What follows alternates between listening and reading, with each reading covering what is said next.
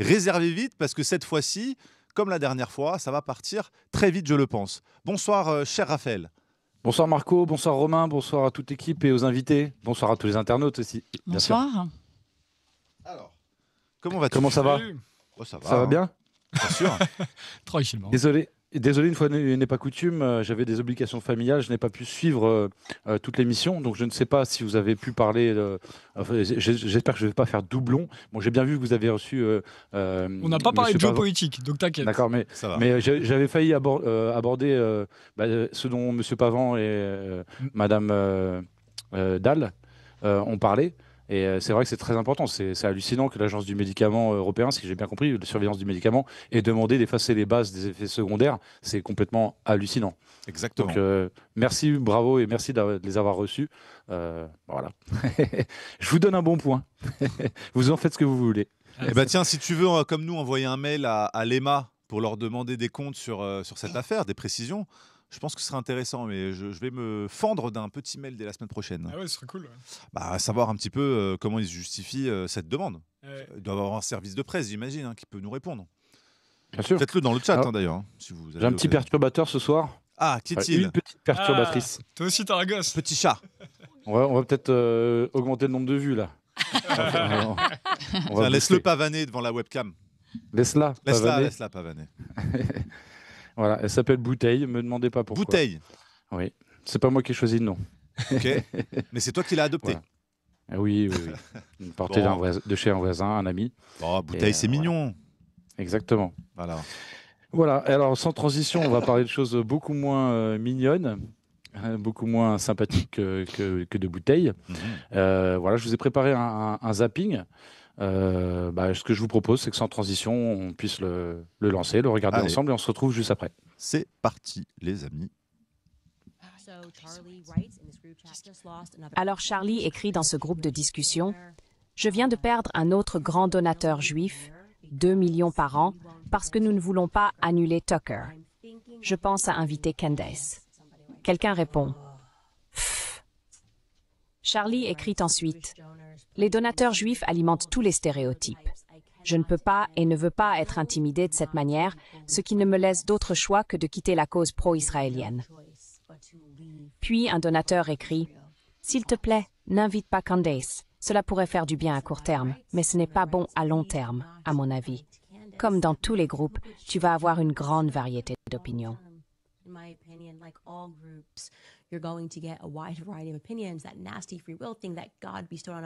Ce fichu libre arbitre que Dieu nous a accordé rend la vie frustrante parfois, peut-être une fois que la poussière sera un peu retombée. Donc encore une fois, cela se passe 48 heures avant l'assassinat de Charlie Cooper. Il était très clair et très explicite, et il n'a pas reculé ni lors de cette réunion dans les Hamptons, sur laquelle ils mentent tous, ni dans ce fil de messages. Je ne vais pas révéler les noms des 7 autres. En fait, tu sais quoi? Je ne suis pas d'accord avec moi-même d'il y a 4 secondes. Ajoutons simplement Josh Hammer pour le plaisir. Il est sur cette discussion. D'accord?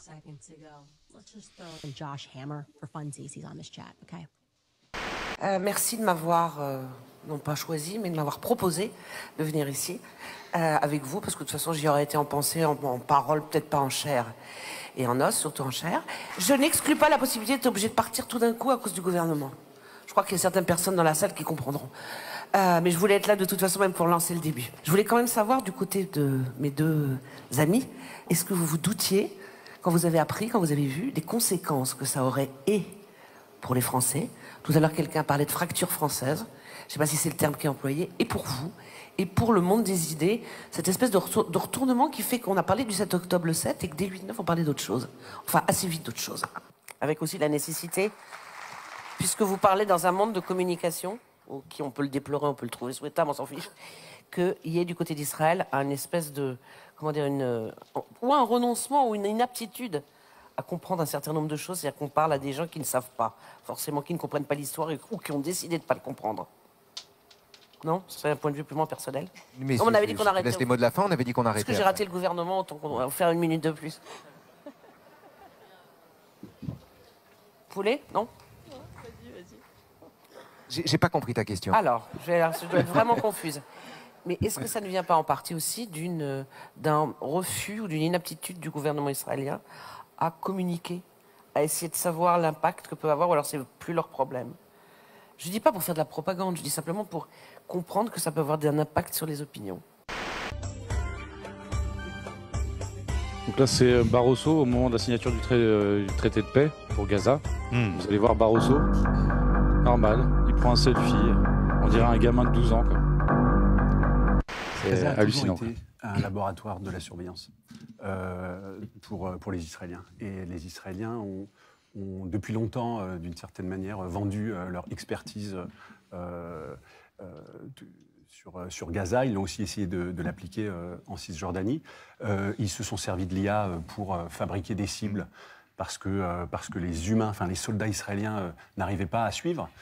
Et c'est là qu'on voit que ça marche pas. En fait, ça fait des dégâts terribles. C'est l'IA qui a fabriqué une bonne partie, enfin qui a généré une bonne partie des cibles de l'armée israélienne. À l'arrivée, on arrive avec 83% des tués à Gaza qui sont des civils. Chiffre du renseignement militaire israélien. Il y a des gens dans le renseignement militaire israélien qui ont fait fuiter ces chiffres, qui ont été analysés de façon très solide par le Guardian et par le magazine israélien Plus 972. 83% des civils à Gaza, des tués sont des civils. Au Soudan, c'est 23%. En Ukraine, c'est 10%. En Afghanistan, c'était 8%.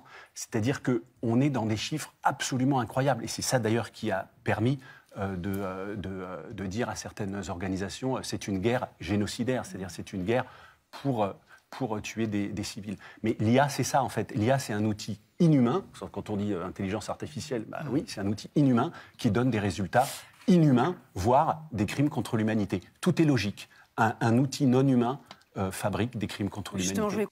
But every president for decades said, we're going to do it. The difference is I kept my promise and officially recognized the capital of Israel and moved the American embassy to Jerusalem. Isn't that right, Miriam? Look at Miriam, she's back there. Stand up, Miriam. Miriam and Sheldon would come into the office, they'd call me. He'd call me. I think they had more trips to the White House than anybody else I could think of. Look at her sitting there so innocently. She's got 60 billion in the bank, 60 billion. And I think she's saying no more. And she loves Israel, but she loves it, and they would come in, and her husband was a very aggressive man, but I loved him. He was a very aggressive, very supportive of me. And he'd call up, can I come over and see you?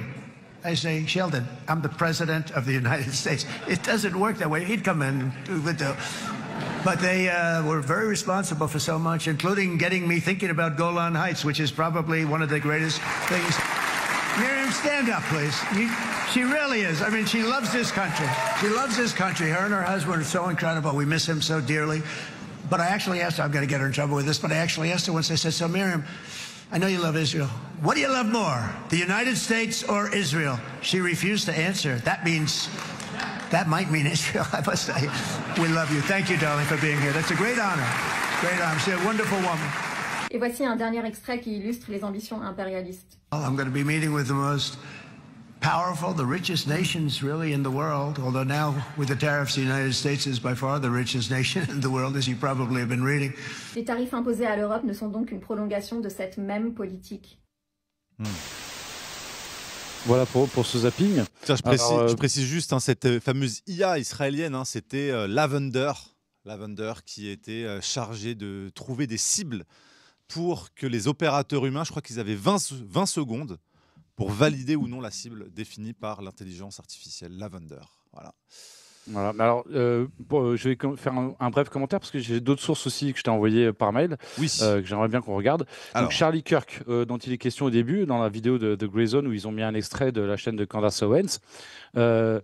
Charlie Kirk, donc il est question de Josh Hammer. Josh Hammer, c'est un lobbyiste sioniste très, très connu aux États-Unis. C'est un mélange de Jacques Attali et de BHL. Oui. Il a ses entrées auprès d'énormément de politiques.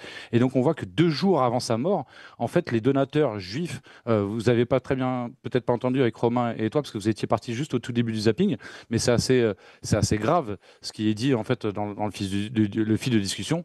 Et Charlie Kirk dit, en fait, ces donateurs juifs, ils correspondent en tout point aux stéréotypes sur les juifs qui sont véhiculés depuis longtemps. Et il dit, moi, je ne peux plus supporter la cause israélienne, c'est plus possible. Voilà, donc c'est des menaces, etc. C'est des menaces à demi-voilées, n'invite pas un tel, voilà, c'est des pressions qui sont énormes. Et donc c'était un échange un fil WhatsApp, en fait, sur lequel Charles Kirk échanger avec ses donateurs, et qui étaient pour la plupart des donateurs, pour une bonne partie des donateurs juifs, et qui essayait de faire pression sur lui par rapport au fait qu'un mois avant sa mort, il avait commencé à entre guillemets, changer son fusil d'épaule et à critiquer ouvertement Israël. Est-ce que tu veux que je mette la vidéo que tu m'as mise en source ? Alors, deuxième chose que je voulais dire avant qu'on aborde les autres sources, les autres sujets, Natacha Saint-Cric, c'est pas n'importe qui à France Télévisions. Elle a une très grande influence. Et la voir ainsi au dîner du CRIF, donc se pavaner avec Raphaël Enthoven, qui est un sioniste de grand renom. En fait, on voit qu'à France Télévisions, il y a des personnalités très importantes qui sont complètement acquise à la cause sioniste, qui, je le rappelle, est une idéologie politique racialiste et colonialiste. Voilà, et c'est quand même très, très gênant. Et on voit que c'est open bar, donc elle est là, elle pose des questions, elle dit sur la communication d'Israël. Peut-être qu'Israël n'a pas assez bien communiqué pour faire comprendre que finalement c'était important et c'était acceptable qu'il fasse ce génocide. C'est ça. Voilà. Ça rappelle, tu sais, le fameux jeu concours qu'il y avait eu dans une des soirées gala il y a quelques mois, où ils s'amusaient dans des quiz à demander au public combien il y avait de morts. Combien il y avait de morts civiles. Et la personne qui posait la question disait bien, attention, je parle des morts civiles, pas des morts militaires. Oui. Et tout le monde se marrait. On est dans l'indécence totale. Ouais. Ce qui est bien montré aussi donc, par rapport à l'IA, 83% des tués sont des civils. Quand il cite d'autres chiffres par rapport à la guerre en Afghanistan, la guerre en Ukraine et ailleurs, on est autour de 10% de civils. C'est-à-dire que 90% qui sont tués, ce sont des combattants. C'est-à-dire ce sont des guerres où les belligérants, certes, ne font pas des belles choses. Oui. Un civil qui meurt, c'est déjà un civil. Mais normalement, c'est un dommage collatéral. C'est c'est dans les marges. Voilà, c'est-à-dire que on est complètement à l'inverse. C'est-à-dire que là, l'essentiel des gens qui sont tués, c'est des civils, et à la marge, il y a quelques combattants qui sont tués. C'est du délire, et c'est pour ça qu'on parle de génocide et que c'est tout à fait approprié. Voilà. Et dernière chose, Trump. À son discours à la Knesset, il a dit pas mal de choses. Il a dit, c'est pas dans l'extrait qui est dans le zapping, il a dit oui, Netanyahou, arrêtez pas de m'appeler pour me demander des nouvelles armes. Je peux avoir celle-ci, je peux avoir celle-là. Et il les a très bien utilisées, et c'est parce qu'il les a très bien utilisées qu'aujourd'hui on aboutit à la paix. Donc en gros, ce que dit Trump, c'est j'ai été complice d'un génocide, et le génocide a permis d'aboutir à la paix. Ben, c'est sûr que si vous avez tué 90%, ce qui n'est pas le cas, mais si vous avez tué 95% de la population en face, oui, vous allez avoir une sorte de paix, mais ce n'est pas une vraie paix, c'est la paix du plus fort. Parce que la vraie paix se base sur une justice qu'il n'y a pas pour l'instant au Proche-Orient et en Palestine. Voilà, la Pax Romana, ça n'a jamais été une paix qui est durable. À un moment donné, les opprimés vont forcément se révolter, c'est le cours de l'histoire. Ça a toujours été comme ça. Donc là, selon toi, ce protocole de paix, c'est temporaire, quoi. C'est éphémère.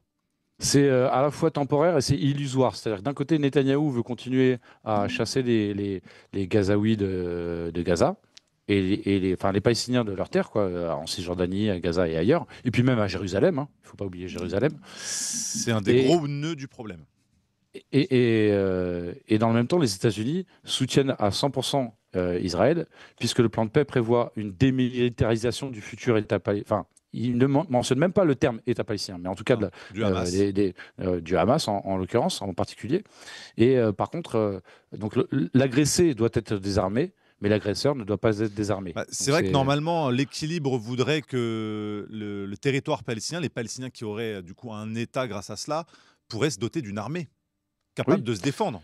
Tout à fait. Et c'est pour ça que beaucoup d'observateurs disent qu'il ne s'agit pas d'une guerre, mais bien d'un génocide, puisqu'une guerre, c'est entre deux armées étatiques. Et là, on a d'un côté une armée très très bien dotée, puisqu'elle est soutenue par la première puissance militaire mondiale, on va dire à ex-aequo avec la Russie peut-être et la Chine, parce qu'on ne connaît pas. Heureusement qu'on n'a pas encore de compétition sur le terrain en direct entre ces trois pays, sinon ce serait une guerre mondiale. Mais voilà, c'est complètement asymétrique, comme le disait un des internautes là, dont j'ai vu passer le commentaire sur le chat. C'est complètement ubuesque. Et voilà, donc c'est ce que montre. Alors, ce que montre le zapping, c'est que Trump est complètement féodé aux lobby sionistes, puisqu'il faut savoir que les Sheldon, ce couple dont on voit la femme Myriam à la Knesset, alors, qui sont-ils ils ont financé à hauteur de 500 millions de dollars la campagne de Trump. Entre le premier et le deuxième, c'était 350, je crois, à peu près, 300, 400 pour la première élection, et 100 et quelques pour la deuxième. Donc c'est évidemment qu'on ne mord pas la main qui nous nourrit, comme on dit, et d'ailleurs il le dit, je ne sais plus si c'est dans l'extrait, mais à un moment il parle de la cisgenre, pardon, du plateau du Golan, que en fait les Sheldon l'ont sensibilisé à la question du plateau du Golan, et que finalement il a accordé la souveraineté israélienne, enfin il a reconnu la souveraineté israélienne sur le plateau du Golan. Les États-Unis ont été le seul pays au monde à le faire, et c'était même pas vraiment à la demande des Sheldon, c'est-à-dire qu'il leur a fait genre c'est cadeau, tenez, c'est cadeau. Vous me l'avez pas demandé, mais tenez, ça c'est en plus. Ouais, voilà. Donc effectivement, on voit on voit les conflits d'intérêts. Exactement. Enfin, c'est plus que des conflits d'intérêts, c'est l'ingérence. C'est l'ingérence étrangère la plus grossière. Oui. Imaginez la même chose. Salut Farid. Il y a notre cher Farid qui est là, parmi nous. Salut Farid. Salut, ça va? Je vais refaire ton cadre. Imaginez juste la même chose. Attends. Imaginez juste la même chose. À la place des Sheldon, vous imaginez un oligarque russe. Et Trump remercierait cet oligarque russe pour l'avoir financé pour sa campagne à hauteur de 500 millions de dollars, et que voilà, qui venait tout le temps dans son bureau, y compris une fois qu'il était président, pour lui demander des choses. On parlerait évidemment d'une ingérence russe, et ce serait mérité. Là, c'est une ingérence israélienne et ça passe crème. C'est normal. Mais il faut savoir qu'aux États-Unis, énormément d'influenceurs comme Charlie Kirk, Candace Owens et Tucker Carlson, donc on va en parler dans les sources qui viennent, commencent à le souligner, à le remarquer, à le dénoncer publiquement. Et chez les néoconservateurs, chez les conservateurs américains et néoconservateurs, il y a une perte d'influence du lobby sioniste qui est considérable en ce moment. C'est phénoménal. Alors, si tu veux, on peut regarder un petit peu les sources que j'ai préparées. Ouais, j'allais te dire, mais du coup, s'il y a cette perte d'influence, comment est-ce qu'on explique ce qui se passe actuellement avec l'administration Trump? Salut Laura. Salut. Ah, pardon. Salut Raphaël, ça roule? Ça roule très bien. J'ai changé de prénom. Et donc, c'est exactement la question que se posent ensemble Tucker Carlson et Jeffrey Sachs, qui est un professeur émérite à l'Université de Columbia, qui est quelqu'un de très courageux. Et voilà, Tucker Carlson a publié une vidéo d'1 heure, et Jeffrey Sachs intervient à partir de la 33e minute. C'est très, très intéressant. Tu veux qu'on la mette? On va les faire défiler, mais on va pas forcément mettre la vidéo en entier, mais c'est juste pour que les gens voient la source s'ils veulent aller regarder la vidéo en entier. Donc dans l'ordre, on va les commenter si tu veux bien, dans l'ordre de ce que je t'ai envoyé. Bon, alors je partage mon écran. Vous voyez, alors c'est titre de la vidéo: chantage, pot de vin et peur, Netanyahou contrôle Trump et l'Amérique. Tucker répond, donc sur sa chaîne YouTube, Tucker Carlson. Donc c'est une vidéo de 1h32. Et voilà. Donc il invite qui est ce monsieur? Donc Tucker Carlson, vous le connaissez, c'est un ancien de Fox News, si je ne me trompe pas, qui est devenu journaliste indépendant, qui a interviewé Trump, qui a interviewé Poutine, etc. Il s'est fait connaître à l'international, notamment comme ça, mais il est très très connu aux États-Unis. Et il a un podcast qui a beaucoup de succès maintenant sur Internet. Et Jeffrey Sachs, c'est un universitaire américain, juif, à l'université de Columbia. Et qui a balancé du très très lourd sur la guerre en Syrie, sur la guerre en Ukraine, sur la guerre à Gaza. Et il a aidé. D'ailleurs, Trump avait relayé une fois sur ses réseaux sociaux une vidéo de Jeffrey Sachs qui dénonçait le fait que la guerre en Irak de 2003 a été faite sous l'influence du lobby sioniste et de Netanyahou. Et voilà, c'était assez étonnant que Trump partage cette vidéo-là. Mais voilà, c'est les alternatives qui suivent ce qui se passe outre-Atlantique connaissent très bien Jeffrey Sachs, quelqu'un d'éminemment sérieux, très courageux. Même si, bon, sur les 1h30, le seul point que je trouvais peut-être discutable, c'est quand il dit oui, évidemment, il faut que le Hamas soit désarmé. À part ça, j'étais à peu près d'accord avec 100% de ce qui a été dit dans cette vidéo. Voilà, et il est question de sionisme chrétien, sionisme juif. Ils vont très très loin. Ils parlent du monde du temple. Ils parlent de beaucoup de sujets que j'avais abordés moi avec Jean-Michel Vernochet dans la première émission de Cartes sur table. Et c'est très rafraîchissant de voir que outre-Atlantique, il y a un lève qui se voile sur l'influence du lobby sioniste. Et effectivement, ils posent la même question que toi, Marco. Ils disent mais pourquoi est-ce qu'il y a encore une telle influence? Et ils émettent plusieurs hypothèses. Ils n'en trouvent aucune qui soit complètement valable. Et ils parlent de l'influence de l'EPAC, ils parlent du chantage par Epstein, ils parlent d'énormément de pistes, du lobby, du sionisme chrétien aussi, qui est des évangélistes. Les évangélistes. En termes de nombre d'électeurs, ils sont bien plus importants aux États-Unis que les sionistes juifs. Et ils disent bien également que la communauté juive, notamment aux États-Unis, est extrêmement divisée sur la question d'Israël, qu'il y a des gros débats. Et ils expliquent aussi que... Pardon ? Non, vas-y, continue, j'allais te dire un truc après. Et ils expliquent aussi qu'il n'y a pas de logique à cela, c'est-à-dire que Israël, c'est un tout petit pays, 9 millions d'habitants, qui n'a pas qui a une importance géopolitique très, très réduite, et alors qu'il bénéficie d'un déferlement de milliards de dollars des États-Unis, de technologie militaire, de renseignements, et que c'est à sens unique, et que maintenant, depuis une trentaine d'années, Israël se permet non pas de demander, mais d'exiger des États-Unis qu'ils fassent ceci ou qu'ils fassent cela. Et notamment pendant la guerre des 12 jours, au Pentagone, il y avait des militaires de haut grade israéliens qui étaient au Pentagone et qui arrivaient en réunion et qui donnaient quasiment des ordres aux Américains. T'as bien vu que Trump, il a avoué que Netanyahou, il l'appelait pour lui demander qu'il voulait telle arme, telle arme, telle arme. Et il était au courant d'armes. C'est ce que tu disais juste avant. Voilà, c'est ce que je disais juste avant. Ouais, c'est pour ça. Mais moi, j'allais dire par rapport à Nathalie Saint-Cric de France Télévisions. Natacha c'est Natacha, excuse-moi. Ouais, Natacha ou Nathalie Saint-Cric. J'ai peut-être raison, c'est Nathalie. Ouais. Nathalie Saint-Cric, ouais. La mère de l'autre là, qui s'est pris une raclée dans un débat avec Mélenchon, là, Duhamel.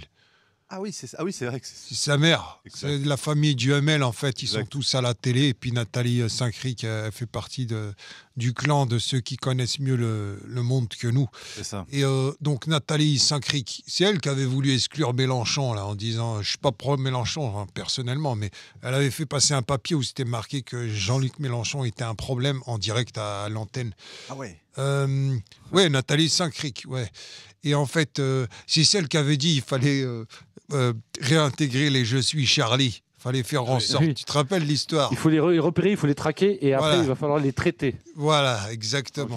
Okay. Et donc, flippant, cette Nathalie Saint-Cric qui est directrice de l'information à elle France... a été à un moment, je ne sais pas si elle l'est toujours, mais elle a été à un moment donné directrice de l'information sur France Télévisions. Voilà, France Télévisions. La farce, c'est que quand tu vas mettre CNews, tu vas entendre, ou que tu mets RMC, tu vas entendre Goldnadel, William Goldnadel, qui va souvent parler de l'audiovisuel, en disant que l'audiovisuel, il était acquis à la cause palestinienne, ce qui est du baratin, en fait. Il le sait très bien, parce qu'il le dit de façon qu'il ment tout le temps. Tu l'as vu, la vidéo où il dit qu'il ment tout le temps, qu'il y a des bons mensonges, des sains mensonges, Goldnadel. Si, ça me dit quelque chose. Voilà, tu vois. Et en fait, la farce, c'est de faire croire que les médias, ils sont acquis à la cause palestinienne, alors qu'on sait très bien que c'est pas vrai. Moi, j'ai regardé Caroline Fourest. T'as pas parlé d'elle encore, Raphaël? Non. Caroline Fourest, elle a fait une chronique le 14 octobre, là, il y a pas longtemps, là. C'était la porte-parole de Netanyahou. Elle a fait le bilan de la guerre en démontant tout ce qu'on dit depuis le départ, en disant qu'Israël, ils ont fait du très bon boulot, qu'ils préviennent avant de bombarder, que les chiffres qu'on nous donne, c'est les chiffres du Hamas, tu vois, 65 000. C'est vrai que c'est classe quand même de dire « Attention, je vais te tuer ». Voilà. Attends, je lui ai dit que j'allais te tuer, donc faut t'avouer à moitié pardonner. Voilà, donc tu peux pas fuir. Bref, du coup, en fait, tu prends LCI TF1, c'est pro-israélien. France Télévisions, pareil. CNews, pareil. BFM, on n'en parle pas. Donc, en fait, quelle chaîne il reste qui serait tempérée? Je dis pas qu'elle soit pro-palestinienne, non. Qui pourrait, sur tous les conflits, avoir un point de vue neutre. À part les médias, j'allais dire comme Nexus. Tu vois? Alors, juste moi, de mon les point médias de vue, étrangers déjà. Ouais. C'est ça aussi. Si tu as envie d'avoir une information qui soit éclairée en France, tu vas regarder un média qui se trouve à l'étranger, ou alors les médias justement de résistants tels que nous sommes. Et juste par rapport au terme que tu as utilisé, Farid, moi je Je ne revendique pas du tout le titre de neutralité ou d'objectivité. En tant que journaliste, je revendique plutôt la qualité d'honnêteté. Des médias qui seraient honnêtes, qu'on sache d'où ils parlent. Il n'y a pas d'objectivité dans l'information. Mais justement, tu sais quoi? Écoute, il y a un petit bout que je voulais que tu montes, il est sur ma clé, c'est marqué Caroline Fourest, ou alors j'ai dû mettre... il faut que tu vois cette séquence, ce qu'elle va dire, Caroline Fourest, parce que tu dis là, ce que vous avez dit avant, vous allez comprendre. Tu veux qu'on mette? Tu regardes sur ma clé, la clé que je t'ai filée, c'est marqué Caroline Fourest. Ok, je l'avais éjecté. J'ai dû mettre Chronique Nexus 25. Non, c'est dans le fichier du 17 octobre? Non, parce qu'il y a un autre. Il y en a un autre. Il faut que tu vois ça, Raphaël, tu vas comprendre. Je regarde. Et même toi, Marc, je te jure que ça. Caroline. Moi, entendu dire Caroline Fourest. J'ai dû le nommer Caroline Fourest. Juste après, je vous ai préparé une petite vidéo d'Agnès Buzyn. Ouais. Sur I24. Ah bah tiens, pendant que je cherche. Mets la vidéo pendant qu'il trouve, t'inquiète, mais tu vas voir, Raphaël, ça va te parler tout de suite. Comment donc qui met quoi? Tu mets ta vidéo, cher Raph? Je sais pas comment faire. Tu veux pas tu veux pas me l'envoyer? Tu m'envoies le lien. C'est la deuxième vidéo dans Autre Source. Ah, autant pour moi. Alors, elle parle du Covid et de l'antisémitisme. Ok, allez, je l'ai déjà, vu. C'est du lourd, c'est du faux. Je l'ai vu. Ça. Franchement, c'est bon. On en rigole, mais c'est quand même grave. C'est pour empêcher toute critique du Covid, voilà. Tu critiques, t'as un... Alors, chère Agnès, c'est bon, je l'ai là. Hop. Voilà, les amis. Ouais, c'était sûr. Délectons-nous. Il faut un vaccin contre le populisme. Il y a quand même un rapport très intéressant de la Commission européenne qui a été commandé par la Commission européenne en avril 2020, c'est-à-dire à peu près un mois après le confinement, parce que la Commission s'est rendue compte que l'antisémitisme explosait partout en Europe. Et donc ce rapport alerte les États membres sur le fait que le Covid est le début d'une réaggravation de l'antisémitisme européen. Alors, il y a quand même... Le début d'une réaggravation de l'antisémitisme. Oui, mais c'est vrai. Voilà, tout à fait. T'as vu que quand elle parle, je sais pas, on dirait on sent qu'elle a des problèmes psychologiques. Non, mais attends, c'est marqué, il faut un vaccin contre le populisme. Oui, ils vont nous sortir peut-être un jour. Ils font des vaccins pour tout en ce moment. Je sais pas si vous avez vu, moi sur Facebook, j'arrête pas de voir des posts passer sur des vaccins contre tout, contre les allergies, mais vraiment contre tout. C'est hallucinant. Bah, écoute, Yuval Noah Harari, il le disait, que les gens, pour les tenir, il fallait leur donner des jeux vidéo et des médicaments. Donc la vaccination, ça en fait partie. Tu vois. Du pain et des jeux. Voilà, c'est pareil, c'est toujours pareil. Tu as trouvé mon truc, là? Pas du tout. Sérieux? Comment ça s'appelle? J'ai dû nommer Caroline Fourest dedans, ça doit être marqué... T'es sûr? Et il faut que tu vois ça, Raphaël. Tu l'as fait il y a combien de temps? Ce matin, là, enfin tout à l'heure. Ah, ok. Donc je vais trier par date de l'ajout. Ouais. Voilà. Écoute, voilà, Fourest. C'est bon, je l'ai trouvé. C'est bon, les amis. Voilà. Où est-ce qu'elle était Fourest, Caroline? Elle était voilà. Elle est bien cachée, la petite Fourest. On lance avec 49 secondes. Écoutez ça. Comment est-ce qu'on évite que le prochain conflit donne lieu à autant de fake news? Quel est l'élément qui permettrait, je sais c'est compliqué et insoluble, de demain faire que la vérité triomphe? Mais moi je crois beaucoup au fait d'être des boussoles qui restent des repères pour les citoyens. C'est-à-dire que je pense que le travail qu'on fait sur cette chaîne, LCI, que j'ai la chance de pouvoir faire dans mon journal à Franc-Tireur, je crois qu'il restera pour les gens qui, à un moment donné, vont être fatigués d'être désinformés, manipulés. Il va leur rester quelques boussoles, ils vont se dire « je ne suis pas toujours d'accord avec ces gens, mais je peux leur faire confiance, ils ne vont pas au moins mentir sur les faits ». Je crois en leur honnêteté, même si je ne suis pas d'accord toujours avec leur sensibilité ou avec leur approche. Et je ne crois qu'à ça. C'est le dernier repère qui peut faire tenir l'espace public dont vous parliez, Benjamin, pour un peu venir en soutien à la démocratie quand tout le reste vacille. Merci. Voilà, t'as vu? Tout est dit. Une boussole. La meuf, on l'appelle la mytho. Elle a menti toute sa carrière, elle ment tout le temps. Elle a menti sur la Libye, elle a menti sur le conflit déjà place Maïdan en 2014. Elle a menti donc là dernièrement sur tout ce qui était l'histoire en Ukraine, bref. Mais t'as vu que Tarak Ramadan, en fait, il la cible aussi parce qu'apparemment, elle serait à la base de elle a fait partie du complot contre lui, ouais. Elle a fait partie du complot.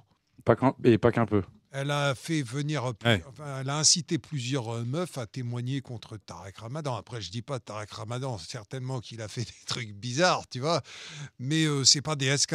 C'est ça la différence, c'est qu'il sautait pas sur les meufs. Lui, les meufs, elles étaient consentantes, il me semble. D'un côté, il faut être un peu taré quand même. Tu sais, la meuf, tu donnes un rendez-vous à minuit dans un hôtel, je sais pas, tu vois, c'est pas pour travailler, je pense. Non. C'est vrai que les rendez-vous étaient un peu suspects. Tarek Ramadan, c'était un peu une rockstar, c'est-à-dire qu'il était en couple, mais il prenait la fidélité, alors qu'il, pour parler vulgairement, il baisouillait à droite à gauche, ce qui n'était pas terrible quand même comme attitude, mais ça c'est plus moral.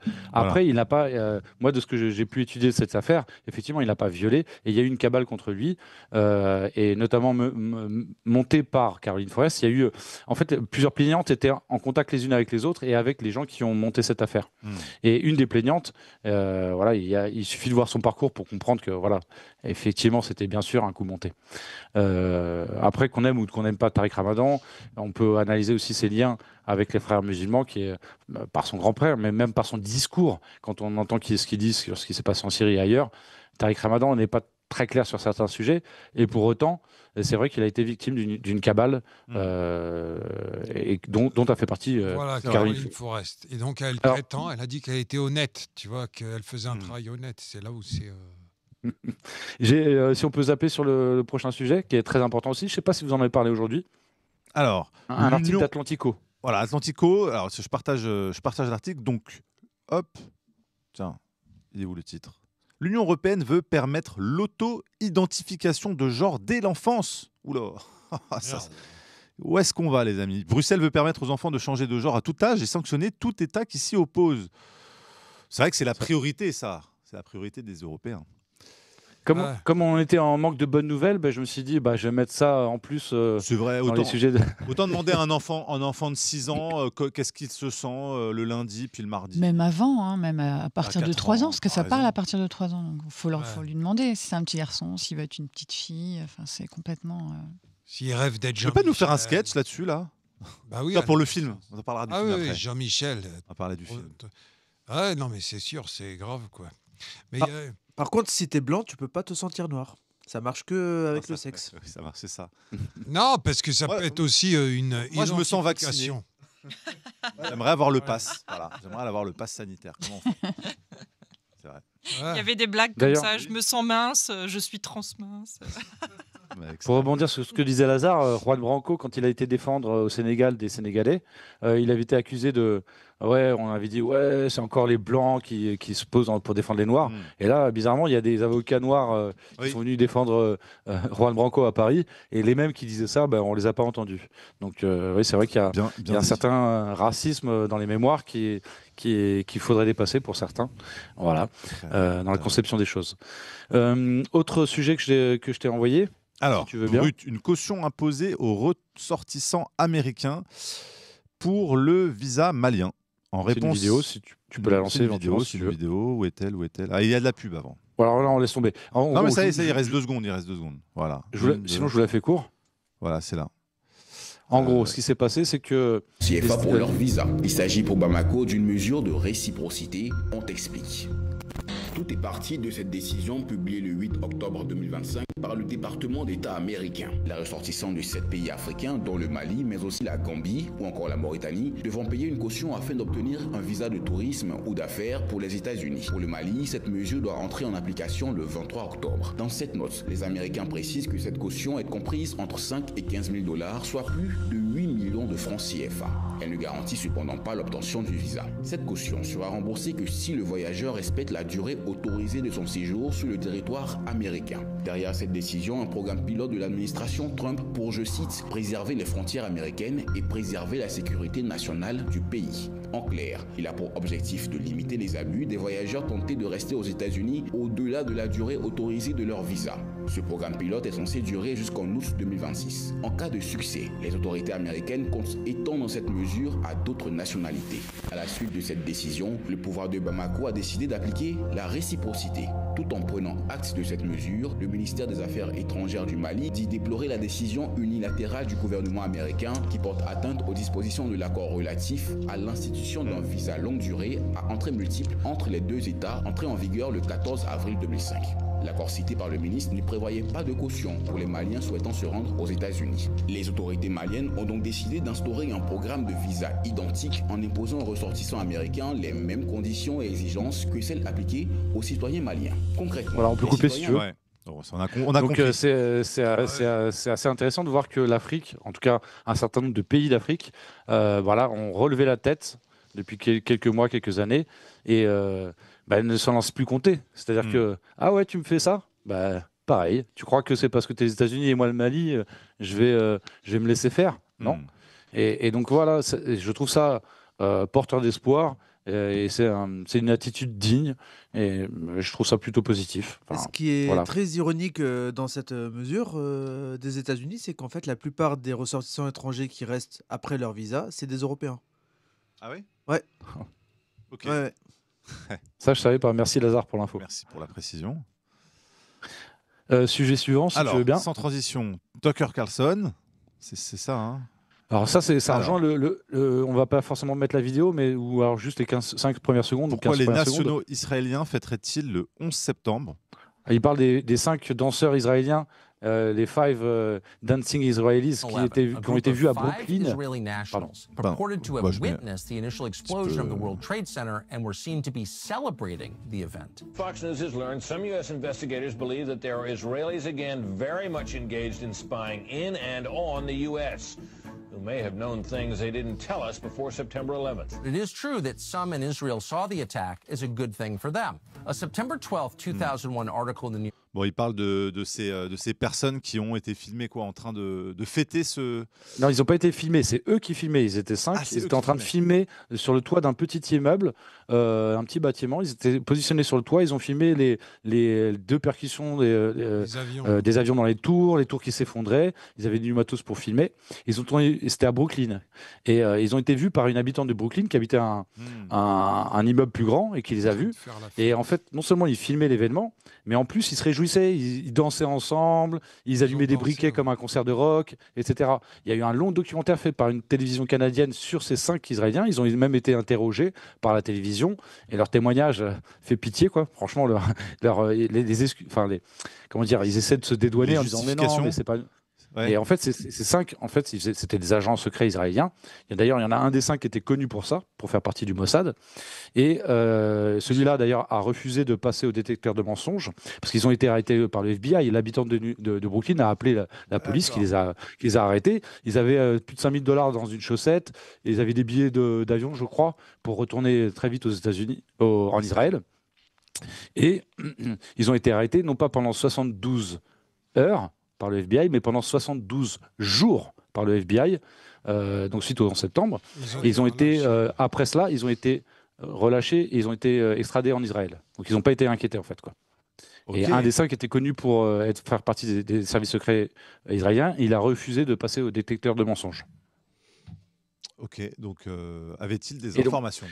Ce qui est très important, c'est de voir que Tucker Carlson relaie cette information. Oui. Ça, c'est tout nouveau. C'est-à-dire que des gens d'une envergure médiatique, comme la figure qu'est aujourd'hui Tucker Carlson, que cette personne-là relaie ça. Bien sûr, d'un côté, lui, il prend des risques, mais surtout, là, il y a une sorte de vent de révélation aux États-Unis sur tout ça, auprès du grand public. Et il fait d'ailleurs une série de vidéos sur le 11 septembre depuis plusieurs semaines. Dont cette vidéo-là que je vous ai montrée, elle fait partie. Et c'est pour ça que je t'ai dit, c'est pas Pujada qui ferait ça. Non, lui, c'était waouh, génial. Ouais, lui aussi s'était réjoui, mais pour des raisons journalistiques. Il avait allumé un briquet. Oh, génial, les tours. Ça... Et alors, il s'en est excusé après dans une vidéo très récente là, qui a été tournée cette année, je crois, où il revient. Pujadas revient sur cet épisode en disant, il dit oui, j'ai pas été malin, j'étais un petit con qui voulait flamber sur l'info. Donc, il a fait une sorte de mea culpa par rapport à ça. Cette année, il faut quand même le préciser. Ouais. C'est vrai que Tucker Carlson a fait remarquer quelque chose de très juste, parce que je l'ai vu aussi, cette vidéo avec Jeffrey Sachs, que la population d'Israël dans le monde, c'est 9 millions de personnes, je crois, c'est ça ? Et que le conflit représente à peu près, je ne sais plus, 90 ou 95% de la couverture médiatique en ce moment. On ne parle que de ça. Ouais. Et c'est vrai que c'est un peu disproportionné. Et par contre, je ne sais pas si tu as prévu de parler de ça, Raphaël, dans ta chronique, mais les 500 000 chrétiens massacrés au Nigeria, qui en parlent ? Tous ces chrétiens massacrés dans le monde, et il y en a quand même beaucoup, plus qu'à Gaza, a priori. Enfin, après, je ne suis pas journaliste, hein, vous savez mieux que moi, mais moi, ce que j'ai vu circuler, c'est que c'était plus qu'à Gaza, et personne n'en parle. Et en fait, on devrait aussi en parler. Enfin, je veux dire, c'est très grave ce qui se passe à Gaza, mais dans les autres pays... proportionnellement, bien sûr. C'est vrai que... Aussi, il y a d'autres massacres ailleurs, on n'en parle pas, et c'est très malheureux. C'est vrai, tu as raison. Mais je regardais là, je regarde en même temps là, sur les articles sur le sujet, je vois un article du Monde, d'ailleurs, si je peux partager mon écran. Nigeria, Yémen, Corée du Nord, les persécutions contre les chrétiens dans le monde montent en puissance. D'ailleurs, c'est ce que expliquait Dieudonné, où il ne remettait pas en cause justement les massacres concernant le peuple juif, mais il a toujours dit qu'il n'y avait pas qu'il y avait d'autres peuples qui avaient été massacrés, les Indiens d'Amérique. C'est vrai que c'est ce deux poids, deux mesures. Voilà, c'est ça. Les Indiens en Inde, personne n'en parle, mais j'ai eu du mal à trouver l'info, mais je crois que c'est 300 à 400 millions en Inde. Hein. C'est le plus gros génocide de l'histoire de l'humanité et personne n'en parle. C'est énorme. Après, je crois que ce qui vient, c'est le vérifier communisme. Les chiffres il faudrait vérifier ces chiffres-là, parce que je ne suis pas sûr que ce soit 300 à 400 millions. 400 millions, ça fait beaucoup. J'avais lu ça une fois, mais maintenant, il faut peut-être... Non, pas les Amérindiens, les Indiens d'Inde, qui ont été massacrés par les Moghouls pendant des siècles. Ça n'a pas duré quelques années. Sur des siècles, oui. Ça a duré très longtemps, la dynastie. D'accord. C'est pour ça qu'après, ils n'étaient pas très amis et ils sont toujours pas trop amis, d'ailleurs. Oui, mais après, de toute façon, dans tous les conflits qu'il peut y avoir dans le monde, qui vend les armes déjà ? Qui fait un business ? Exactement. Et voilà. Donc après, c'est ça qu'il faut voir. Tu vois. Absolument. Qui vend les armes et qui... Voilà, c'est toujours le complexe militaro-industriel. Alors effectivement, des chrétiens sont massacrés dans pas mal de pays du monde, mais j'ai envie de dire malheureusement des musulmans aussi, des bouddhistes, enfin je veux dire, personne n'était épargné à notre époque malheureusement, et notamment bien sûr les chrétiens. Alors le Nigeria, il faudrait regarder les chiffres, parce qu'en ce moment j'ai l'impression qu'au niveau des chiffres, les chrétiens malheureusement... prennent cher. Mais ouais. Mais ça, c'est une partie du plan depuis ce qu'on a appelé le printemps arabe, qui était ni plus ni moins qu'une opération de révolution sous faux drapeau, enfin de révolution avec des guillemets. Effectivement, ça a été l'occasion, et puis avec tout ce qui est les mouvements terroristes sponsorisés par l'Occident et ses alliés, ça a été l'occasion, malheureusement, pour beaucoup de chrétiens de partir d'un certain nombre de pays arabes où ils étaient installés depuis des centaines et des milliers d'années. Et donc, effectivement, il y a de moins en moins de chrétiens dans pas mal de pays, notamment en Syrie et ailleurs. Non, mais tu prends l'Irak, par exemple. En fait, l'Irak, c'était un pays laïque du temps de Saddam. Et qui a fait en sorte de détruire l'Irak ? C'est pas que les États-Unis derrière. Netanyahou, il l'a avoué aussi. Depuis le départ, il voulait dégommer Saddam Hussein. Donc, en fait, il y a eu combien de morts en Irak ? On ne sait pas. 3 millions, peut-être plus, depuis le conflit de 91. Daesh qui a découlé derrière. Obama, il l'a avoué aussi. Il a dit que c'était à cause de l'invasion en Irak des États-Unis. Donc, les massacres de chrétiens qu'il y a eu derrière, c'est les États-Unis qui en sont aussi un peu responsables, tu vois. C'est pour ça que les pays qui étaient à peu près stables, comme tu disais, la Syrie, c'était un pays multiconfessionnel, au même titre que le Liban, tu vois. Le Liban. Et ça se passait bien. Hein. Ouais, c'est vrai. On peut mentionner le travail de SOS Chrétiens d'Orient qui fait un travail de sensibilisation et d'action sur le terrain, sensibilisation ici et travail sur le terrain là-bas. Oui, c'est important d'en parler. Et donc merci d'en parler. Il y a des massacres de chrétiens aussi au Congo. Il y a des milices qui s'en prennent aux chrétiens au Congo spécifiquement. Il y a des massacres dans des églises ou dans des lieux avec des fois 80 morts d'un coup, etc. C'est assez horrible. Donc merci d'en parler. C'est vrai que je n'avais pas prévu d'en parler dans la liste des sujets d'aujourd'hui. On peut peut-être passer au sujet d'après. Oui. Alors, Donald Trump envisage des frappes terrestres contre les cartels vénézuéliens. Tiens, le Venezuela, c'est la prochaine cible. Après le déploiement de navires de guerre américains en mer des Caraïbes et plusieurs frappes contre des embarcations transportant des présumés narcotrafiquants, cette nouvelle menace ainsi que l'ombre d'opérations secrètes de la CIA intensifie les tensions entre Washington et Caracas. Bon, est-ce que c'est vraiment le but final, cette histoire de narcotrafic? Il faut rappeler que le Venezuela, c'est le pays le plus gros producteur de... Enfin, en tout cas, c'est celui qui a les plus grosses réserves de pétrole. Beaucoup de réserves, ouais. Voilà. Alors, devant l'Arabie Saoudite. Mais ce que tu nous avais dit, Raph, c'est que c'est pas forcément du pétrole de très bonne qualité. Voilà. Alors, avant, c'était un des plus gros fournisseurs des États-Unis. Maintenant, avec le gaz de schiste, un peu moins. Avec la diversification des sources d'approvisionnement des États-Unis, ils sont un peu moins dépendants du Venezuela qu'ils l'étaient à une époque. Mais par contre, c'est vrai que les États-Unis ont toujours considéré l'Amérique centrale et l'Amérique du Sud comme leur précaré.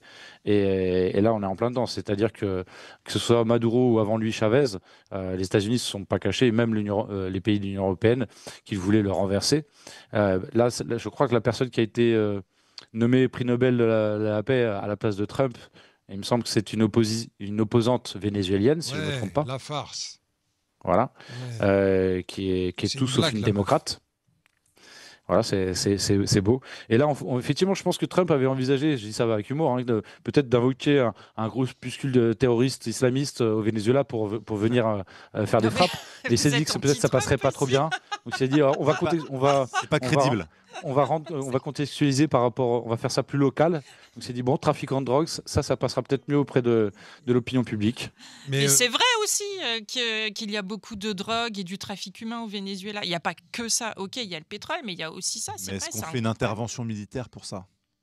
Mais il y a un bouquin, moi, que je vous conseille, si vous l'avez pas lu. On fait comment, alors, en fait? Rien, normalement, on ne s'injecte pas dans les pays. C'est surtout qu'en fait, il existe un droit international dans lequel il stipulait qu'on ne frappe pas dans les eaux internationales comme ça. Et puis surtout, en termes de droit, si on accuse quelqu'un de quelque chose, on l'arrête et on lui fait un procès. On ne le dézingue pas. Ça, c'était au Far West. Moi, il y a un bouquin que je vous conseille. Attends, je cherche la couve. Il va falloir qu'il attaque le Mexique, qu'il attaque beaucoup de pays. Les 7 péchés capitaux d'Hugo Chavez. Je ne sais pas si tu connais, Raphaël, c'est Michel Colomb. Et 7 péchés ça me dit quelque chose. d'Hugo Chavez. Et dedans, ça t'explique toute l'histoire du Venezuela et toutes les tentatives de déstabilisation de l'Amérique, tu vois. Donc, en fait, on n'a pas de bol, c'est que nous, ici en France, on vit dans une propagande pro-américaine, tu vois. On ne présente pas les choses comme on devrait les présenter. Pour rebondir sur ce qu'a disait Caroline Forest, non, eux, ils sont le faux, le mensonge. Et heureusement qu'il y a des médias, pas que Nexus, mais plein d'autres médias qui apportent d'autres visions du monde, quoi. Mais merci d'avoir cité Michel Colomb parce que c'est, je crois, le plus vieux média alternatif francophone et Investigation existe depuis 2003, si je ne me trompe pas. Oui, donc, bravo à eux. Parce que Michel Colomb, il avait fait déjà Média Mensonge, son bouquin qui s'appelait Média Mensonge, et puis il avait dénoncé justement la propagande occidentale sur la guerre en Yougoslavie. Il dénonçait les propagandes médiatiques sur tous les conflits depuis longtemps, quoi, tu vois. Donc c'est pour ça que moi je le cite souvent en référence, parce qu'en fait, lui, il fait souvent appel à des spécialistes de la région en question. C'est pas lui qui parle, tu vois. C'est pas lui, Michel Colomb, qui va... Non, il va donner la parole à des gens qui connaissent mieux sur le terrain. Et Michel Colomb, il aurait pu avoir une toute autre vie, parce qu'au départ, il était avocat, et il vient plutôt d'une bonne famille, et il aurait pu avoir des très très bons salaires, etc., une vie un peu dorée, et il a plaqué tout ça pour son engagement, pour des causes très humanistes, voilà, de défense de la vérité, de combattre les médias mensonges, de guerre, etc. Donc ouais, c'est chouette de saluer son travail, lui et puis tous les autres qui sont venus avant et après. Il y en a, voilà, il fait partie. On est tous les maillons d'une grande chaîne. Aucun n'est irremplaçable, mais on est tous utiles. Donc voilà, c'est chouette. Prochain sujet, si tu veux bien. Prochain sujet. Tac, je charge. Alors, une médecin rennaise engagée à Gaza. Ah non, il y en a un avant. Il y en a un avant. Alors, Trump annonce. Ah oui. Voilà, c'est une petite vidéo. Est-ce que je la mets? Ouais, elle est longue. Non, ouais. Non, c'est juste pour que les gens voient le titre. C'est juste pour que les gens voient le titre. Alors, le titre, c'était Trump annonce son plan en faveur de la fertilité humaine aux USA. Alors ça, c'est moi qui ai mis ce titre-là. Mais le titre de la vidéo est un peu différent. President Trump makes an announcement. Voilà, c'est sur la chaîne de la Maison Blanche. C'était hier, c'est tout frais. Voilà. Vous voyez que j'ai pas chômé. Hein. C'est toujours de l'actualité fraîche de chez fraîche. Qu'est-ce qu'il fait pour la fertilité Alors, 2 choses. Déjà, il va rendre très accessible, parce qu'il y a le Trump PRX, un site là qui va faire baisser les prix des médicaments de entre 100 et 800% selon les médicaments. C'est sur un certain nombre de médicaments. C'est énorme. Oui. Alors, qu'est-ce qu'il y a de mal avec ça? Parce que j'aimerais savoir.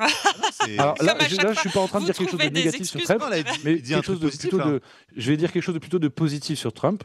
Voilà, c'est-à-dire que moi, je suis à charge et à décharge. Je suis ni pro-Trump ni anti-Trump. Quand il fait quelque chose de dégueulasse, je le dis. Enfin, qui me semble dégueulasse. Quand il fait quelque chose qui me semble juste ou bon, je le dis. Et là, ça va plutôt dans le bon sens. Alors, c'est pas que je suis en faveur de la médecine chimique, mais c'est vrai que le fait qu'aux États-Unis, des médicaments qu'on pouvait trouver à Londres à $100, on les trouve aux États-Unis à 1 300 $. C'était pas forcément normal. Il y avait vraiment le labo pharma s'engraissait spécialement sur le sol des États-Unis. Et donc là, il est en train de rendre accessible un certain nombre de médicaments. Et non des moindres. Donc il en est question dans cette conférence de presse qui est assez longue, où il parle essentiellement de santé, mais il parle aussi un petit peu de la guerre à Gaza et la guerre en Ukraine. C'est vraiment très intéressant. Je vous engage à la regarder si ça vous intéresse. Et donc c'est tout ce qui concerne la FIV, donc l'aide à la procréation pour ceux qui n'arrivent pas à avoir d'enfants. Ça, c'est le premier volet qui a été expliqué. Okay. Donc ça va être rendu accessible à tous, parce que ça ne l'est pas aujourd'hui, pour plein de raisons, notamment par rapport aux assurances santé contractées par les employés dans les entreprises. 70% des contrats ne prévoient pas le remboursement des FIV, qui ont des coûts assez exorbitants. On parle de 5 000, 10 000, 15 000, 20 000 $. Et l'autre pan de ce plan, qui est annoncé par Robert Kennedy, c'est lutter contre les causes de l'infertilité humaine. Ça, c'est plus intéressant. C'est-à-dire que, c'est pour pallier tout de suite par rapport au drame pour certains couples qui ne peuvent pas avoir d'enfants. Voilà. Mais 2, c'est surtout attaquer le problème à la racine. Et c'est tout à fait dit comme ça dans la vidéo. Et je trouve ça très intéressant, effectivement. Et donc, ils vont lutter contre toutes les causes identifiées. Ils vont essayer peut-être d'en identifier d'autres. Toutes les causes qu'ils ont pu identifier qui sont les principales causes de l'infertilité humaine. Et donc, voilà, c'est quelque chose moi, que je trouve très positif à titre personnel. Exactement. Écoute, c'est intéressant. Et c'est bien de voir que Kennedy arrive à faire le boulot sur ces questions-là. Exactement. Et donc, c'est notamment les additifs alimentaires et tout ça sur lequel Kennedy et l'administration de Trump, contre lesquels ils vont se battre. Exactement. Et il y a fort à faire. Donc, c'est à la fois Big Pharma et l'industrie alimentaire qui sont visés. Ouais. C'est sûr que c'est les 2 grosses mamelles de l'intoxication des gens, que ce soit aux États-Unis, mais un peu partout. Les produits chimiques dans l'alimentation et dans l'eau aussi. Et dans l'eau, dans l'air. Par rapport au journal.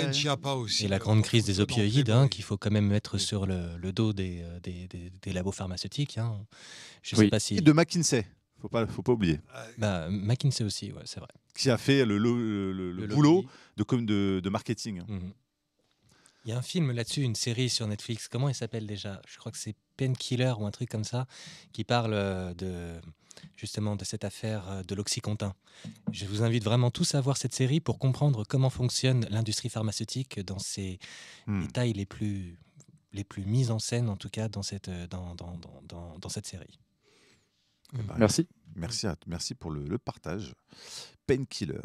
Et donc il y a aussi tout ce qui est lien entre vaccination et autisme qui est en train d'être révélé aux États-Unis. Et donc ça c'est grosse commission d'enquête qu'a engendré Kennedy. Sujet. Et ils en parlent d'ailleurs dans cette conférence de presse d'hier. Et ils donnent les chiffres. Ils disent Trump il explique que il y a 30 ans c'était 1 enfant sur 20 000 qui était autiste. Et aujourd'hui, selon les chiffres, on parle de 1 sur 30, 1 sur 10, 1 sur 12. Une naissance sur 10 ou sur 12, c'est énorme. C'est énorme. C'est énorme. Alors, il y a le lien entre le vaccin et l'autisme, mais aussi le lien entre le vaccin et la mort subie du nourrisson aussi. Il y a beaucoup, et il y a l'étude qui a été relayée par la Ligue nationale pour la liberté des vaccinations, la LNPLV. C'est une étude qui montre, je ne sais pas si vous en avez entendu parler, cette étude. Alors, moi non. Ils l'ont envoyé dans leur newsletter cette semaine. Désolé, je ne l'avais pas bookmarké. Je réouvre parce que je l'ai partagé aujourd'hui. Hop, voilà. enfants vaccinés versus non vaccinés. L'étude qui bouleverse la sécurité vaccinale. Depuis le début, 1750 environ, le débat autour de la sécurité vaccinale divise. Blablabli, blablabla.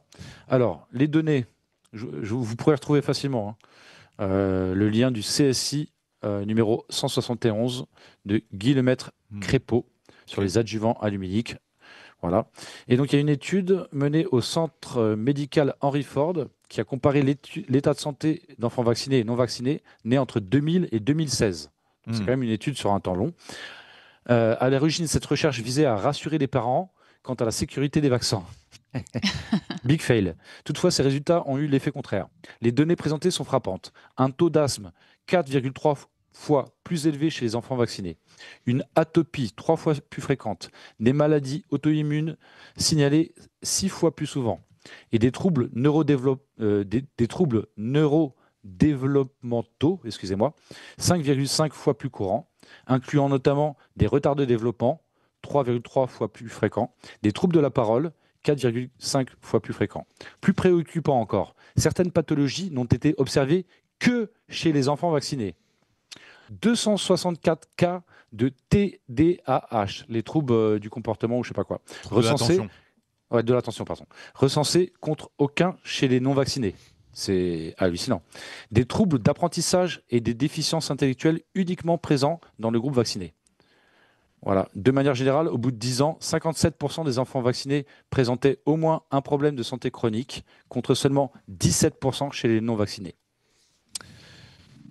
Voilà, je voulais en parler vite fait. C'est très les allergies aussi. En parlant de... Les vaccins apportent aussi les allergies. Il y a beaucoup d'enfants qui ont des allergies aussi. Oui, c'est vrai que l'asthme aussi. Ouais. Et en parlant de réduction de la population, il y a un article de Le Monde de 2022 qui proposait la réduction de la population comme solution au réchauffement climatique. Ah oui, j'ai vu ça devient à la mode un peu, cette idée. Ouais. Très bonne idée. Vous êtes des complotistes ici, en fait. Non, on est des réalistes. Il faut faire attention. J'ai entendu comment il s'appelle pour pas parler de bons jeux de mots, rien à voir, mais c'était le libre penseur Salim Laïbi qui parlait de c'est plus la terre promise, c'est la terre compromise. J'ai trouvé elle est pas mal celle-là, faudrait que je la ressorte. Sans transition, justement là j'ai fait une blague, je pensais pas, mais ça va permettre de faire la transition sur le sujet suivant. Alors un médecin rennais, une médecin rennaise engagée à Gaza, privée de ses comptes bancaires. Ah oui, ça coûte cher de faire son travail. Ok, donc elle est allée, Catherine Le Scolanquéré n'en revient pas. Du jour au lendemain, sa banque a fermé tous ses comptes sans justification. La médecin rennaise y voit une sanction pour avoir envoyé de l'argent à la famille d'un danseur palestinien blessé à Gaza et soigné en France. Mais est-ce qu'elle a récupéré ce qu'il y avait dans le compte au moins ? Ils ont dû l'envoyer, il faudrait faire l'envoyer l'enquête. à la Banque de France et après elle se débrouille avec la Banque de sinon France. c'est du vol. Non, ils sont obligés de... Oui, ils peuvent pas. Non. Ils peuvent pas, mais bon. Déjà que c'est assez illégal de fermer les comptes comme ça, ils peuvent pas non plus, voler l'argent. Ouais, mais ils peuvent geler les comptes s'il y a. Il faut qu'il y ait une décision il faut qu'il y ait une décision judiciaire. D'accord. Donc elle n'a pas été condamnée de quoi que ce soit. Non, une banque peut faire ça, c'est vrai. J'en avais parlé pour l'UJFP, l'Union juive des Français pour la paix, qui avait ses comptes au Crédit Coopératif, qui n'est pas forcément la banque la plus capitaliste, a priori, la plus féodée aux différents lobbies. Et pour autant, ils se sont fait fermer leurs comptes sans justification, par leur banque. Alors je ne sais plus laquelle c'était Société Générale ou autre. Et donc quand ils ont communiqué là-dessus, ils ont dit on s'est renseigné auprès d'autres associations qui viennent en aide aux Palestiniens. Et il y en a beaucoup, quelle que soit leur banque, qui se sont vus leur compte fermé récemment. Donc c'est une pratique malheureusement qui se généralise. Il y avait le cas aussi par rapport à l'Ukraine avec Aniela Lipp, une journaliste allemande qui a vu ses comptes bancaires se faire fermer en Allemagne et ceux de son père aussi. Là, on attend. C'est comme en Israël, on punit aussi la famille. Et là, c'est le cas aussi en Allemagne. Et aussi un journaliste, George Johnson, je crois, en Angleterre, qui a eu la même chose, des comptes fermés. Donc c'est gravissime. Il y en Autre a sujet. beaucoup. Les banques ont trop de pouvoir et je pense qu'il faut plus parler de débancarisation. Débancarisation, oui. Ça devient un sujet important. C'est vrai. Parce que, en fait, quels que soient les partis politiques ou les croyances ou les prises de position, il y a beaucoup de gens qui se sont vus leur il y avait TV Liberté qui avait eu ses comptes fermés. TV Liberté, même une députée européenne. Enfin, il y a eu beaucoup Là, tu es dans la merde. Les banques, elles ont un pouvoir exorbitant parce qu'au-delà de gérer notre argent au quotidien, c'est elles aussi qui décident quels projets vont se faire et quels projets vont pas se faire à l'échelle humaine, à l'échelle individuelle. Vous voulez, je sais pas moi, acheter une maison, créer un commerce, lancer une entreprise, une association ou autre avec des fonds, eh ben, vous dépendez du bon vouloir de la banque. Elle va vous dire ah oui, ce projet-là, je le finance, celui-là, non, je le finance pas. Elle va le faire sur des critères uniques qui sont essentiellement de rentabilité pour eux et de prise de risque minimum. Alors qu'en fait, ces projets-là, ils devraient être portés par des banques citoyennes, parce que c'est de l'intérêt public. Je veux dire, quand un commerce, surtout moi j'habite à la campagne, quand un commerce veut s'ouvrir à la campagne, c'est d'utilité publique. Et donc les banques devraient beaucoup plus accompagner, sachant qu'aujourd'hui, quand un créateur d'affaires lance quelque chose, il y en a, je sais plus, c'est les chiffres, mais c'est les 3/4 qui ferment entre 3 et 5 ans. Ils ne sont pas du tout accompagnés. Pourquoi ? Parce que les banques, elles n'en ont rien à faire d'accompagner les porteurs de projets. Ce qu'elles veulent, c'est se faire du fric, récupérer l'argent si ça va mal. Et c'est tout. Pour eux, c'est que l'entreprise marche, ils gagnent de l'argent. Elle ferme, ils gagnent de l'argent. Attends, écoute la farce. C'est que maintenant, tu vois, toi, en général, ou tous les gens, quand tu as de l'argent dans ta banque, tu es en excédent. Bon, de plusieurs centaines d'euros, voire milliers si tout va bien. Il suffit que tu aies un petit découvert, genre tu as 1 euro. Il t'a fait un achat ou quoi, puis il te manque 1 euro sur ton compte. Enfin, tu es en négatif. Il te prélève 10 euros direct en agio. Moi, ça m'est arrivé. D'ailleurs, je crois que c'est 33% des bénéfices des banques. C'est sur les agios. C'est sur les agios. Qui sont très contents, en fait. C'est un délire. Des voleurs. 33% de leurs bénéfices. Et quand ils t'envoient un courrier pour te dire que le courrier. ça coûte 20 euros. 20 balles le courrier. J'ai une anecdote, si je peux la partager. Je me suis retrouvé pendant plus de 6 mois avec 0 € en banque, en fait, et 300 € par mois.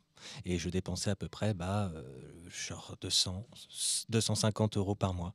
Et avec les agios, je me retrouvais encore avec 300 € ou même plus. Donc en fait, au fur et à mesure que les années passaient, enfin que les jours et que les semaines, que les mois passaient, je me retrouvais toujours avec un compte négatif, constamment. Et même au point où un jour, je n'utilise plus ma carte. Mais j'ai quand même des frais sur les abonnements, les services que je prends aussi partiellement pour rester connecté au monde, tout simplement, la carte, le téléphone. Et il m'a fallu quand même un Samaritain qui m'a donné 600 € pour pouvoir justement combler régler ce les... Ouais, parce que sinon j'étais bloqué dans cette spirale. C'est ça. Voilà. C'est-à-dire que moins tu as, plus ils te reprennent, moins tu as, et moins tu as, plus ils te reprennent. Et puis tu te dis, mais on s'en sort pas. Et Macron, il venait de Rothschild. Oui, mais il n'a pas beaucoup gagné d'argent. Ah si. Non, mais officiellement. Ouais.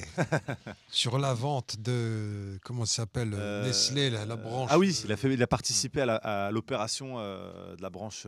du lait en poudre, là. Ouais, de Nestlé, là. Ouais. Je sais plus ce que Oui, la vente entre Pfizer et Nestlé. Oui, ouais. voilà, c'est ça. Ouais, voilà. Quoi, on retrouve toujours les mêmes. Ça rapporte rien, ça. Ah, du tout, non. C'était un deal à plusieurs milliards de... C'était bénévole. Bah oui. Comme ils appellent ça, les pro bono. Voilà. Ceci dit, ça a étonné beaucoup de gens chez Rothschild parce qu'il a été promu très jeune, directeur associé ou quelque chose comme ça. Et les autres, le seul directeur associé qui était à peu près de son âge, parce que tous les autres sont beaucoup plus âgés, lui, il a fait dans le même laps de temps, il a fait 400 deals. Macron, il a fait que 2 deals. Ah oui. Et qu'il était payé à rien foutre. On l'a appelé le Mozart de la finance. C'est vrai. Enfin là, j'aimerais bien qu'il cesse de travailler quand même, parce que plus il travaille, plus on a de problèmes quand même. Rien foutre. Oui. Qu'il fasse le moins de deals possible, ça nous arrangerait, c'est sûr. Vrai. Voilà. Sujet suivant. Dernier sujet. Avant-dernier. Alors, 1000 navires, forts des expériences passées, se préparent à rejoindre une flottille mondiale visant à briser le blocus de Gaza. Ils ont du boulot.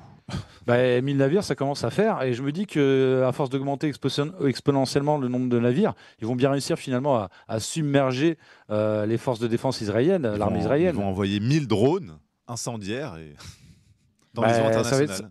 Ça va être de plus en plus dur Mais il pour est Israël. pas fini le blocus J'ai raté quelque chose. Pardon ? Depuis l'accord qui a été signé avec Trump, le blocus, il doit être terminé, non ? C'est une bonne question. Est-ce que là, ça y est, les aides humanitaires... Le blocus est levé. L'aide humanitaire passe par l'Égypte maintenant. Ah, c'est par l'Égypte. Soi-disant, il y aura une centaine de camions qui seraient rentrés. Ouais. Après... Il y a un corridor ouvert, mais la frontière égyptienne est quand même protégée, entre guillemets, surveillée, contrôlée par Israël. Mais Caroline Fourest, elle a dit, c'est bon, il n'y a pas de génocide là-bas. Comme Julien Drey, elle a dit, on mange des glaces là-bas. Ah oui, j'avais passé l'extrait l'autre fois. C'est du délire. Le déni sur la famine à Gaza est complètement hallucinant.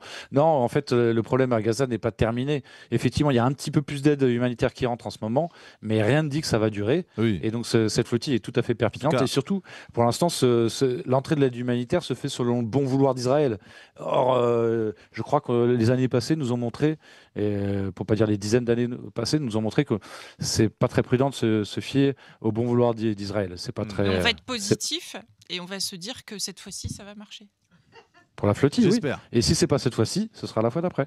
C'est vrai. Il faut envoyer des bonnes pensées, des bonnes ondes. Cette fois-ci, ça va marcher. Cette fois-ci, tout est fini. Ça va finir par marcher. Ça ne peut que finir par marcher. C'est vrai. Voilà. Alors, il y avait trop de sujets cette semaine, donc je voulais faire une interview pour Carte sur table sur les élections en Côte d'Ivoire qui auront lieu à la fin du mois d'octobre. Là, je crois que c'est le 28 octobre, si je me trompe pas. Là, c'est assez hallucinant ce qui se passe là-bas, puisque les principaux rivaux du président actuel, Alassane Ouattara, qui se nomme donc, si je me trompe pas, donc il y a bien sûr Laurent Gbagbo, l'ancien président, et l'autre Tidiane Thiam. Ils ont été écartés par la commission électorale. Ils n'ont pas pu se présenter, tout simplement. Et il y a des manifestations importantes qui ont lieu à Abidjan. Malheureusement, elles sont assez réprimées par les forces de l'ordre. Et surtout, les têtes de pont des différents partis d'opposition sont surveillées. Et il y a eu, pour pas qu'ils appellent en fait à manifester. Donc il y a vraiment des grosses tensions en Côte d'Ivoire en ce moment. On ne peut pas parler de scrutin libre, à mon sens. Et il y a eu déjà quelques morts, malheureusement. Donc c'est une situation qu'il va falloir suivre de près. Et j'aimerais bien trouver un interlocuteur pour faire une interview prochainement là-dessus sur Carte sur table. Il y a des élections également au Cameroun à suivre de près. Sachant que Paul Biya, donc l'ancien président, je crois que ça fait 40 ans qu'il est au pouvoir là-bas. c'est du délire. Et la situation à Madagascar donc, a évolué, puisque donc, le président a fui le pays à bord d'un avion militaire français. Certains disent qu'il est peut-être à La Réunion, d'autres disent qu'il est peut-être réfugié carrément aux Émirats Arabes Unis ou ailleurs. Ouais. En tout cas, donc, il a refusé d'abdiquer. Donc, il se prend toujours pour le président en poste. Mais l'armée a rejoint les manifestants. En tout cas, a rejoint, c'est difficile. En tout cas, a récupéré le bébé que les manifestants ont lancé, dans le sens où c'est eux qui ont pris le pouvoir. Macron a beau jeu de faire des appels à l'état de droit, sachant que la France a toujours validé la prise de pouvoir par le président en fuite de Madagascar. C'était il y a 16 ans ou 18 ans environ. Sachant que le président avait pris le pouvoir suite à des manifestations, et donc c'était déjà une sorte de coup d'État populaire. Et donc c'est comme s'il appelait à respecter donc le président qui aurait été élu, alors que il n'avait pas été élu à la base, celui qui est en fuite. Donc c'est assez croquignolant. Et enfin, je t'ai envoyé une dernière vidéo, un dernier mail. J'ai vu Conspiracy Watch. Ça me plaît, ça. Une petite note humoristique, et pour laisser la parole aussi à Farid, je pense que ça va l'inspirer. Un petit montage qui a été fait. Tu lances Farid comme ça. Alors, je lance la vidéo alors. La plus marginale de la complosphère, la plus éclatée. Complotiste, évidemment. Complotiste et communauté complotiste. Complotiste, c'est complotiste. Ouais. Perméable au complotisme, souverainiste. Mais on n'est pas obligé d'être complotiste quand on est souverainiste. Il se trouve que là, c'est le cas. Fantasme antimaçonnique, une empreinte complotiste, anti-complotiste. Extrême droite, une tête droite, extrême droite, et une droite souverainiste. Une empreinte complotiste, extrême droite, antisémite, conspi, et la complosphère en général. Mouvance conspirationniste, radicalisée. Le complot est total. Poutine, de la dérive sectaire, avec du turbo-complotisme, évidemment, micro-groupuscule. Turbo-cancer, c'est nouveau ça, extrémiste, vertige démocratique. La complosphère, Pravda. Les Russes, pro-Kremlin, les Russes, des agences qui sont pro-Kremlin, de propagande russe, spécifique de la propagande russe, complotiste aujourd'hui. C'est une question vertigineuse, que je trouve vertigineuse, à la russe, que je trouve absolument vertigineux. Conspiracist, complotiste,